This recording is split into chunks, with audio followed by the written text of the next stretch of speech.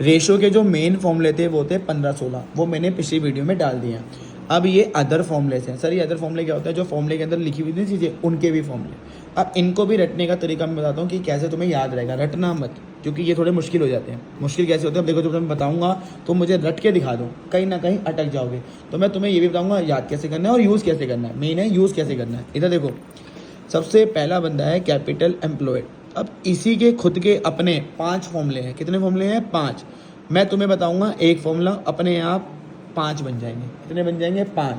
But अगर तुमने फिर भी मेरी नहीं मानी और तुमने सोचा कि रटना है, क्या करना है? रटना है, तो फिर तुम्हारे पास वो 5 हो जाएंगे और ये 5 होंगे, अगले 4 और हो जाएंगे 9। तो फिर रटते रटते चीज़ बढ़ जाएगी। अब मैं तुम्हें तरीका बता रहा हूँ। देखो इधर, पहले आता है कैपिटल एम्प्लॉयड के 2 फॉर्मूले। कितने फॉर्मूले हैं? 2। एक तो है मीनिंग वाला, जो तुम्हें पढ़ना है। इसका मतलब है जो नॉन मीनिंग वाला है उसका तरीका मैं तुम्हें बताऊंगा, ठीक है ना?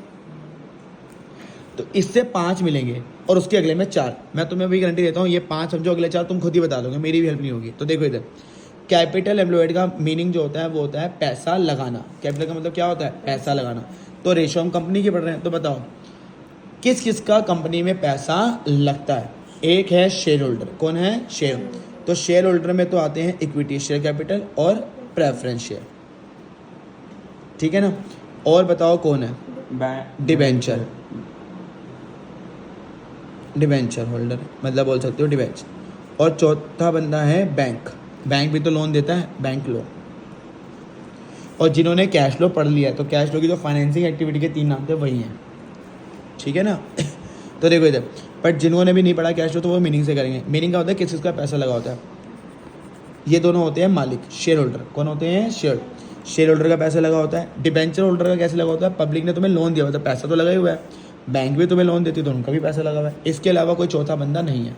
शेयर होल्डर, डिबेंचर होल्डर और बैंक। शेयर होल्डर को मैंने खोल दिया, इक्विटी और प्रेफरेंस, ठीक है? ये तो इनका मीनिंग है। अब अगर तुम्हें क्वेश्चन में ये गिवन है तो इसी फॉर्मूले से काम हो जाएगा। बट अगर ये चीज़ नहीं है तो पेपर में ज़्यादा वही आता है, नॉन मीनिंग वाला। तो नॉन मीनिंग का मतलब है बैलेंस शीट। सोचो क्या सोचनी है। अब देखो फॉर्मूला कैसे बनेगा, मेरे को देखना है कैसे बनाऊंगा। ये हुई बैलेंस शीट, ठीक है ना? अच्छा, बैलेंस शीट के इधर क्या होता है? Asset, total asset. और इधर क्या होता है? थर्ड बुक में जो हेडिंग्स है उसके हिसाब से चल लेते हैं। पहली हेडिंग होती है शेयर होल्डर फंड, फिर लाइबिलिटी में आती है नॉन करंट लाइबिलिटी, और फिर क्या आती है? Current liability. 3 बंदे। लाइबिलिटी में कितने बंदे हैं? 3। कौन कौन से? Share holder, non current liability और करंट लाइबिलिटी। एसेट में 2 बंदे, नॉन करंट एसेट और करंट एसेट। ये हैं। तो ये तुमने मन में सोच लिए। इधर 2 बंदे नॉन करंट और करंट, इधर 3 बंदे शेयर होल्डर, नॉन करंट और करंट। अब देखो, अगर ये फॉर्मूला तुम्हें यूज़ करना नहीं आता है तो नॉन मीनिंग का मतलब है बैलेंस शीट अप्रोच। कौन सी अप्रोच लगानी है? Balance sheet. अब बताओ, जो तुम्हारा इसमें नहीं है उसको यूज़ करेंगे। मुझे बताओ सारी, कोई मैंने यहाँ पे एसेट लिखी है? कोई नहीं। तो फॉर्मूला देखो, जो जो रह गया उनको लिखना है। टोटल एसेट, सारी की सारी एसेट रह गई, ठीक है? लाइबिलिटी में आ जाओ। क्या मैं शेयर होल्डर लिख चुका हूँ? लिख चुका हूँ। नॉन करंट लाइबिलिटी का मतलब होता है यही, डिबेंचर और बैंक लोन, ये भी लिख चुका हूँ। क्या मैंने यहाँ पे कोई करंट लाइबिलिटी लिखी? नहीं, तो वो रह गया था। सामने वाले प्लस होते हैं और सेम वाले माइनस होते हैं, मतलब जो सेम जगह है। तो फॉर्मूला क्या बना? टोटल एसेट माइनस में करंट लाइबिलिटी। मैंने क्या करा, 3 नाम इधर 2 नाम इधर सोचे। अब मेरे को जो जो नहीं थे वो सामने वाले पहले लिखते हैं। सामने वाले पूरी एसेट रह गई, तो टोटल एसेट। अपने में कौन रह गया? Current liability. तो अपनी जगह कोई रह जाएगा, वो माइनस होगा, ठीक है? अगर तुम्हारा यहाँ से काम बन गया तो हो गया, पर यहाँ से भी काम नहीं बन रहा। इधर देखो अब, और सबसे पहले वाले बंदे को खोलोगे। टोटल एसेट को बोल सकते हो non current asset plus current asset. तो धीरे धीरे फॉर्मूला खुल रहा है।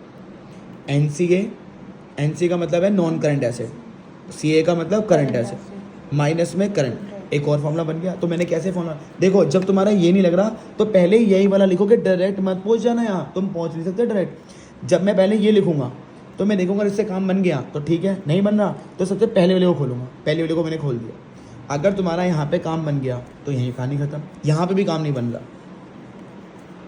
Current asset minus current liability होता है वर्किंग कैपिटल। तो लो जी, 1 2 3 4 फॉर्मूले इसी पे डिपेंड है। अब एक बार फिर ट्राई करते हैं। देखो यही तो मेन है। सबसे पहले उसका मिनी निकाल लिया, 3 बंदों का पैसा, शेयर होल्डर का पैसा, डिबेंचर का पैसा और बैंक का। अब बैलेंस शीट में फटाफट 5 नाम सोचो। लाइबिलिटी में 3, share holder, non current liability, current liability. सामने नॉन करंट एसेट और करंट एसेट और टोटल एसेट। तो पहले सामने पूरा छूट गया, पूरे को क्या बोलते हैं? Total asset. पूरा का मतलब पहले टोटल ले लो, पूरा मतलब टोटल। तो पहले यही लिखना है। अगर ये अप्रोच नहीं लग रही है तो पहले यही वाला लिखना है, यहाँ मत पहुँच जाना डायरेक्ट। Total asset. अब बताओ अपनी जगह कौन कौन रह गया? शेयर होल्डर यहाँ आ चुका था, नॉन करंट ये दोनों होते हैं, करंट लाइबिलिटी रह गई थी, अपना वाला क्या होता है? माइनस। अगर यहाँ काम बन गया तो खत्म, नहीं बना तो पहले लिखो खोलो। टोटल एसेट का मतलब क्या होता है? NCA प्लस CA और करंट लाइबिलिटी तो है ही मैंने। अगर यहाँ काम बन गया छुट्टी, यहाँ पे भी नहीं बना तो और खोलो। CA माइनस CL क्या होता है? Working capital.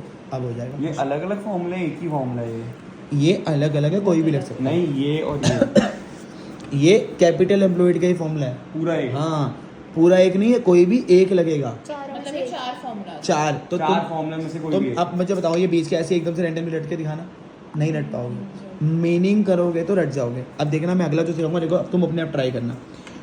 कितने फॉर्मूले हो गए? 4। अब 4 यहाँ पे भी निकल जाएंगे। तो 4 और 4 8, मतलब तुमने कुल मिला के 15 और करने 8 तो यही निपट गए। अच्छा, पहले होता है मीनिंग वाला। किसका होता है? मीनिंग। अब देखो तुम खुद बताओगे, शेयर होल्डर का पैसा कौन कौन सा होता है? इक्विटी और प्रेफरेंस। बस यही दो, इक्विटी शेयर प्लस प्रेफरेंस, यही दो। इसका मतलब है अगर ये दोनों गिवन है तो काम यहीं पे खत्म। अगर ये नहीं है तो नॉन मीनिंग का मतलब होता है बैलेंस शीट में जाओगे। कहाँ जाओगे?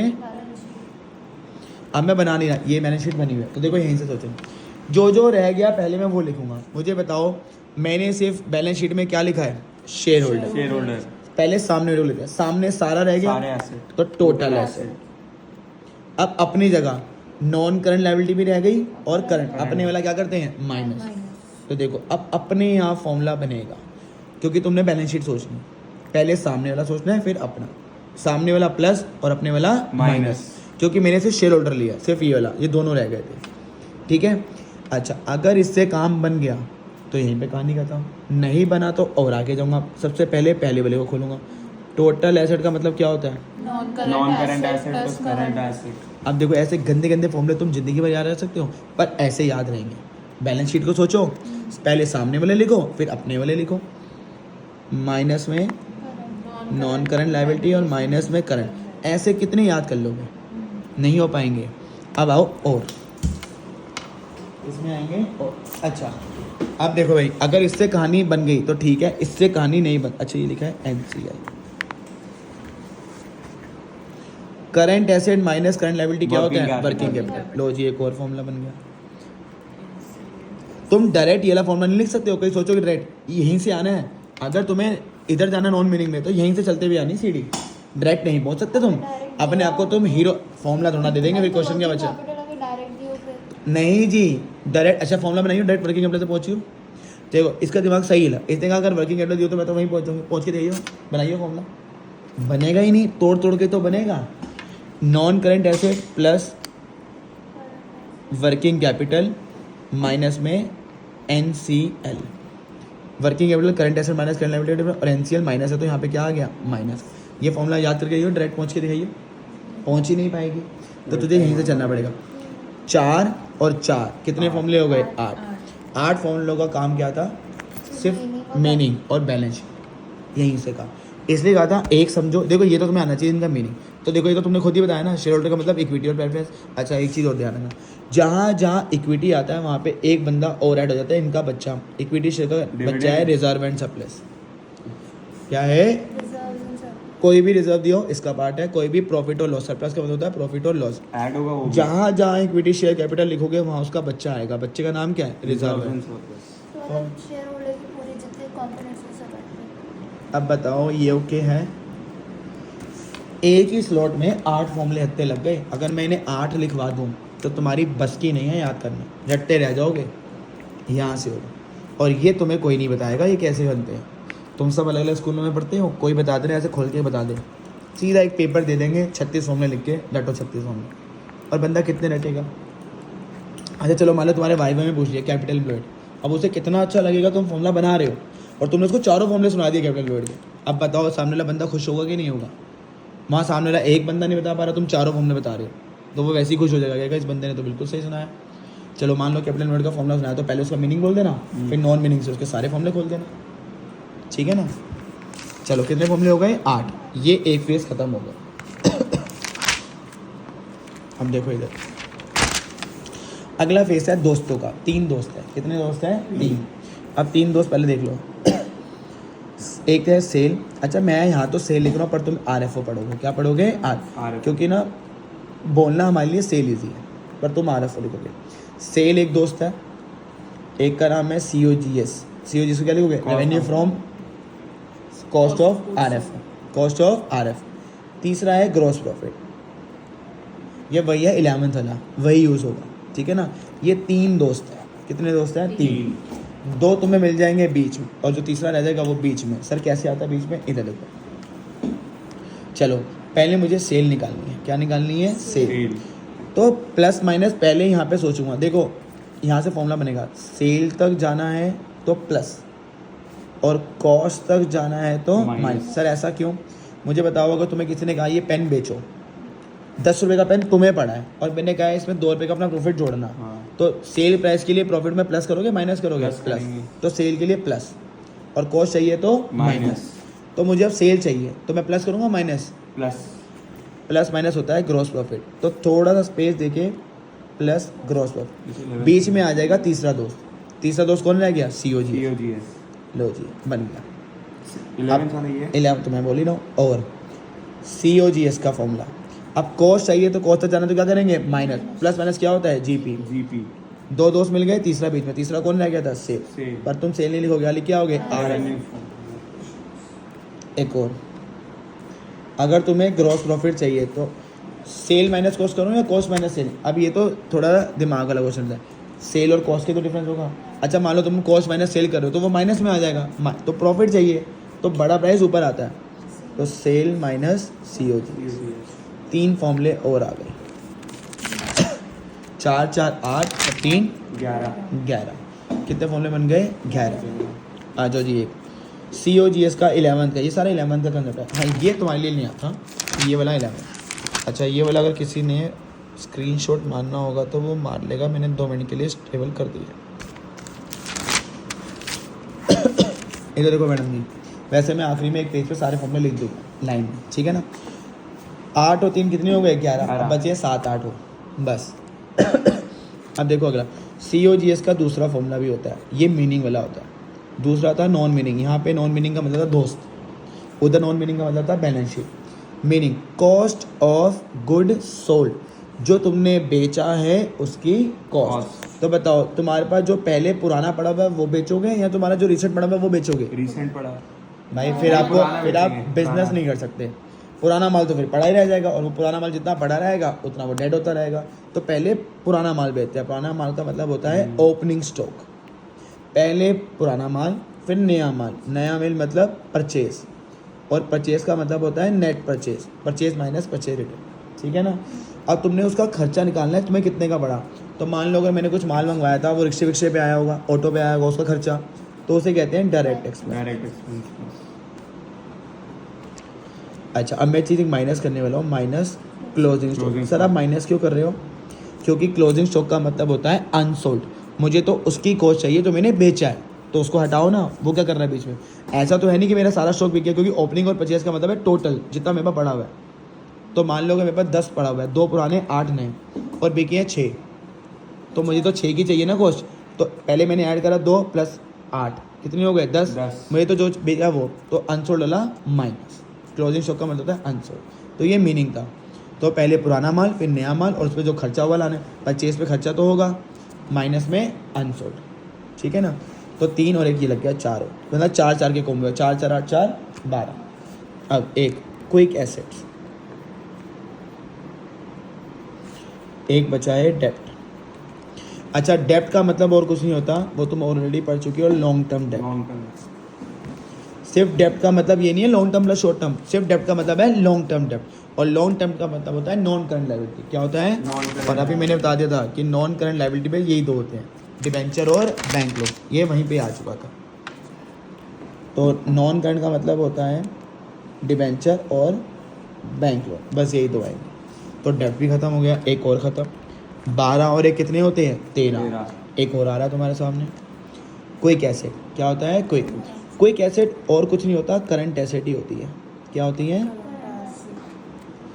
तो पहले तो इक्वल टू करंट एसेट, पर कुछ करंट एसेट में कुछ क्विक नहीं होती। क्विक का मतलब होता है जो फटाफट कैश में कन्वर्ट हो जाएगा। किस में कन्वर्ट हो जाएगा? कैश। मतलब अगला स्टेप कैश ही है, तो वो तो क्विक है। पर जिसका अगला स्टेप कैश नहीं है वो क्विक नहीं है। एग्जाम्पल, करंट एसेट में सबसे पहले क्या आता है? डेटर। क्या आता है? डेटर से क्या लेना है? पैसा। तो उसका अगला कदम कैश है, तो वो तो मेरी क्विक एसेट है। तो वो ये मैंने इक्वल टू में करंट डाला हुआ, ये क्लियर है? कैश और बैंक, ये तो ऑलरेडी कैश है, तो ये भी क्विक एसेट है। जो इनका अगला स्टेप कैश ही है, मतलब जिनसे कैश में बात होनी है। अच्छा, माइनस कर रहा हूँ closing stock. Sir closing stock क्यों नहीं है? क्लोजिंग का मतलब होता है अनसोल्ड स्टॉक। क्या होता है? अनसोल्ड। अब मुझे बताओ, मेरे पास कुछ स्टॉक पड़ा हुआ है, क्या पता वो कैश में ना बिके, उधार में बिके, तो इसका मतलब है वो उसका अगला स्टेप कैश नहीं है, तो ये क्विक नहीं है। तो जो क्विक नहीं है उसे करंट एसेट से हटा दो। वैसे तो जितनी क्विक एसेट होती है वही करंट एसेट होती है, पर कुछ दो बची हैं। कितनी बची हैं? दो। वो क्विक नहीं है। पहली कौन सी है? क्लोजिंग। क्यों? क्योंकि ये पेपर में आ सकते थे वाइवा में। क्लोजिंग स्टॉक क्विक नहीं है, क्यों? क्योंकि उसका अगला स्टेप कैश शायद ना हो, क्या पता उधार में बिके, तो उसका अगला स्टेप कैश ही नहीं। हाँ, एक और माइनस स्टॉक तो सर होगा ही नहीं। क्यों? अगर स्टॉक, हाँ तो मैंने माइनस कर तो दिया। माइनस में प्रीपेड एक्सपेंस। प्रीपेड का मतलब होता है एडवांस। क्या होता है? एडवांस। अब मुझे एक बात बताओ, एक्सपेंस का मतलब होता है पे, और प्रीपेड का मतलब क्या होता है? एडवांस। अगर तुम ऑलरेडी एडवांस में पे कर चुकी हो, पैसा तो जा चुका है, अब दोबारा कैश दोगे, तो इसका मतलब इसका अगला स्टेप कैश नहीं है, क्योंकि एडवांस का मतलब कैश ऑलरेडी जा चुका है, जाना नहीं है, जा चुका है। क्योंकि ये तो कहता है क्विक वो है जिसका अगला आने वाला स्टेप कैश हो, तो ये तो जा चुका है, अगला स्टेप कैश है ही नहीं, तो ये भी क्विक एसेट नहीं है, तो ये भी क्या हो जाएगा? माइनस। अच्छा मुझे एक बात बताओ, एक वर्ड है ऐसी पूछना कि पता वर्ड पूछ लेते हैं, आउटस्टैंडिंग इनकम, क्योंकि ये भी करंट एसेट होती है, ठीक है ना।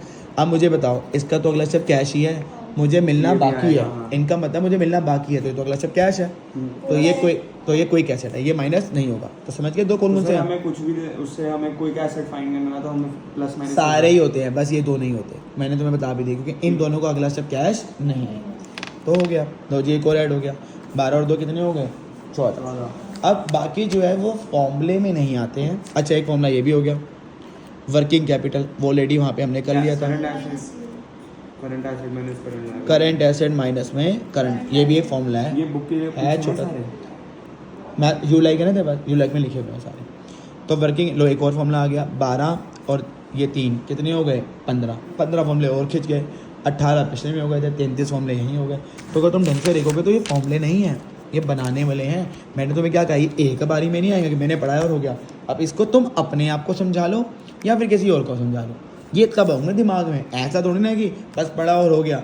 अपने आप भी तो ट्राई करो कि मैंने कैसे बनाया, जब चीज़ बनती है तो अपने आप भी होती है। अब मुझे बताओ, मेरे सामने कोई बंदा क्ले से टॉय बना रहा है तो देख के मुझे आ जाएगा, जब तक मैं वो मुझे सिखा रहा है, जब तक मैं घर पे खुद क्ले से नहीं करूँगा तब तक वो नहीं आएगा। तो ये भी है, ये मैं तुम्हें फॉर्मूले बनाना सिखा रहा हूँ। रटना है तो वो तो फिर तुम अपने आप रटो, बनाने का मतलब है तुम्हें घर पे खुद एक बार बनाना है तो फिर वो बनेगा।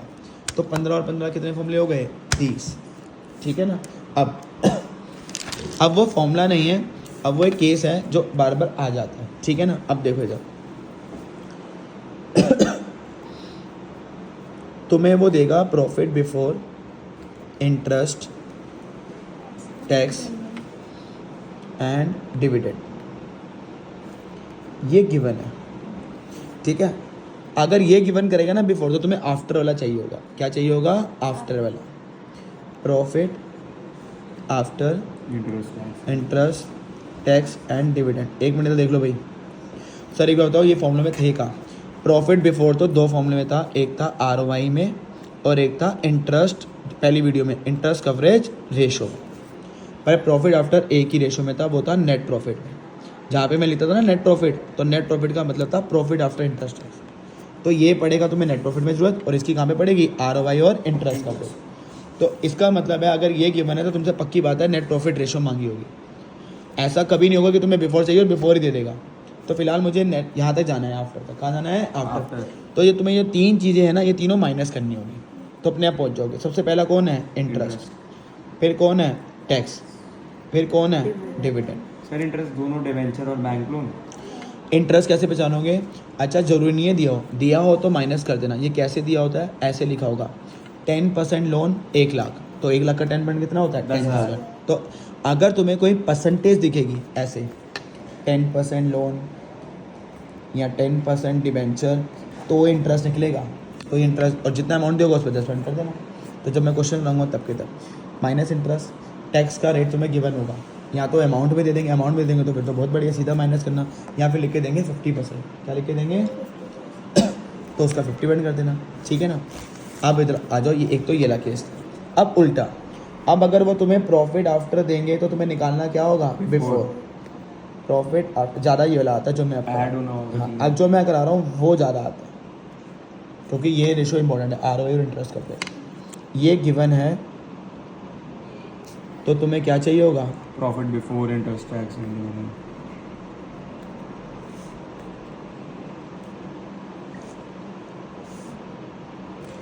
अब पीछे से स्टार्ट हो जाओगे। ऐड मैडम इधर तीनों। सबसे पहले कौन ऐड होगा? अच्छा, डिविडेंड तो मैंने अब तक देखा ही नहीं क्वेश्चन में कभी हो, ठीक है ना। तो जो इन दोनों में से होगा वो लिख लेना, ऐड डिविडेंड। फिर ऐड क्या होगा? टैक्स। उल्टे से जा रहा हूँ। फिर ऐड क्या होगा? इंटरेस्ट। यहाँ तो टैक्स इजी है, यहाँ टैक्स का एक फॉर्मूला बता रहा हूँ वही लिखना, ठीक है ना। देखो इधर यही है, मैं जो तुम्हें प्रॉफिट गिवन है पहले वो लिखना। इधर मैडम देख लो, आफ्टर वाला। हाँ, आफ्टर से बिफोर जाना है तो टैक्स का ही फॉर्मूला है, ये सिंपल नहीं है। गिवन प्रॉफिट 100 माइनस में टैक्स रेट इनटू में टैक्स रेट, यही है में। कई बार तो MCQ में ये आता है टैक्स का अमाउंट ही निकाल दो। अच्छा, मान लो अगर टैक्स रेट है 40, तो 100 माइनस 40 कितना होता है? 60 इंटू में 40। अब बच्चों को यहाँ होता है परसेंटेज, परसेंटेज तो ऐसे ही करेगी, तो परसेंटेज को कंसिडर मत करना। 40% इधर है, 60 इधर है, तो परसेंटेज तो वैसे ही करेगी, तो 40 और 60 को लेना। ये 2 ये 3, बीच की टेबल में काटोगे तो ऊपर 2 और नीचे 3, बाकी जो प्रॉफिट दिया होगा उसके हिसाब से कर लेना। सर यहाँ पे तो सीधा होता है, मान लो यहाँ पे सीधा दिया हुआ है 50%, तो जो प्रॉफिट दिया हुआ है सीधा 50%। मान लो 1 लाख प्रॉफिट है, 1 लाख का 50% कितना होता है? 50 है। 50। उसका तो सीधा ही कर देना, उसमें कोई दिक्कत नहीं। पर जब आफ्टर से बिफोर आ रहे तो ये वाला फॉर्मूला लगता है, ठीक है ना। तो यही है बस, ठीक है ना।